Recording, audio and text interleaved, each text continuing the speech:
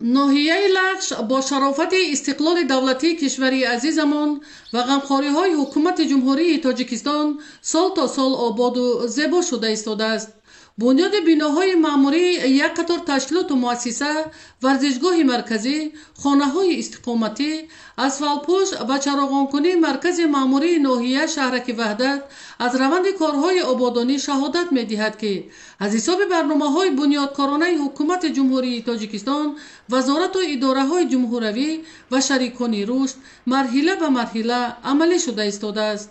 از جمله به استقبال جشن 30 سالگی استقلال دولتی جمهوری تاجیکستان در حدود جماعت‌های شهرک و دهات ناحیه لخش 221 انشاءات تعییناتی گوناگون خواجگی خلق به استفاده داده شد که بیشتری آن را بنای مؤسسه‌های تعلیمی، بنگاه‌های طبی، بنای ناظرات انداز، اداره مأموری ریاست کشاورزی و دیگر انشاءات حیاتاً مهم تشکیل می‌دهد. با دستگیری حکومت جمهوری تاجیکستان، مخصوصاً با دستگیری اساسگزار صلح و وحدت ملی، پیشوای ملت پرزیدنت جمهوری تاجیکستان محترم امام علی رحمان، ناحیه ما روز و روز آباد و زیبا گردیده ایستاده است. طبق نقشه چاره‌بینی‌های مقامات اجرایی محلی حکومت دولتی ناحیه بخشیده به 35 سالگی استقلال دولتی جمهوری تاجیکستان 124 بنا و انشاءات‌ها به نقشه گرفته شده. تا امروز از این شماره 23 انشاءات آن با مبلغ زیاده از 9 میلیون سومانی ساخته به استفاده داده شد.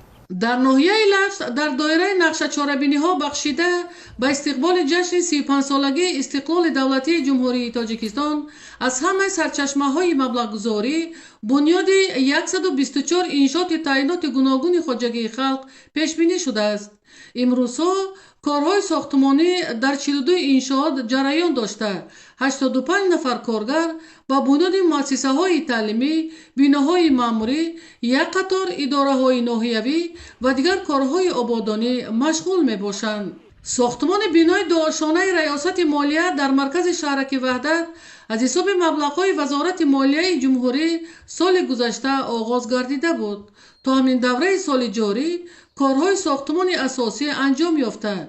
بینای معموری به استقبال جشن 35 سالگی استقلال دولتی جمهوری تاجیکستان در مهلت پیش بینی شده به استفاده داده می شود.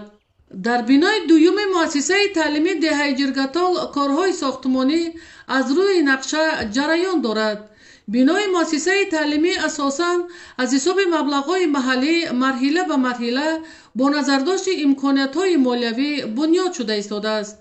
از روی لایحه ساختمان بینای مؤسسه تعلیمی از 5 بینای خوشتر و زمانوی عبارت بوده. سال گذشته با انجام کارهای ساختمانی بینای یکم به استفاده داده شد. عین حال کارهای ساختمانی در بینای دوم ادامه داشته.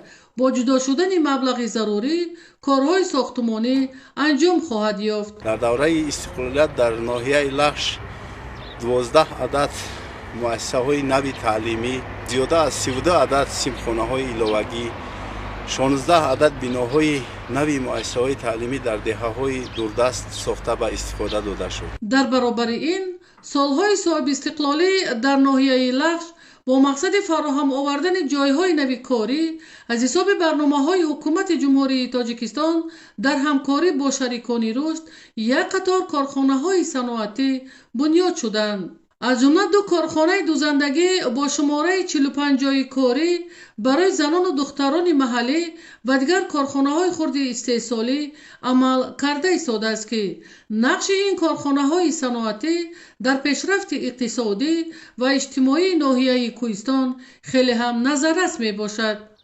سرعت بخشیدن کارهای سازندگی در ناحیه لخش از غمخوری‌های حکومت جمهوری تاجیکستان شهادت می‌دهد که این گوشه دوردست کشوری عزیزمان باز هم آباد و زیبا شده برای مردم زندگی شایسته تامین کرده شود.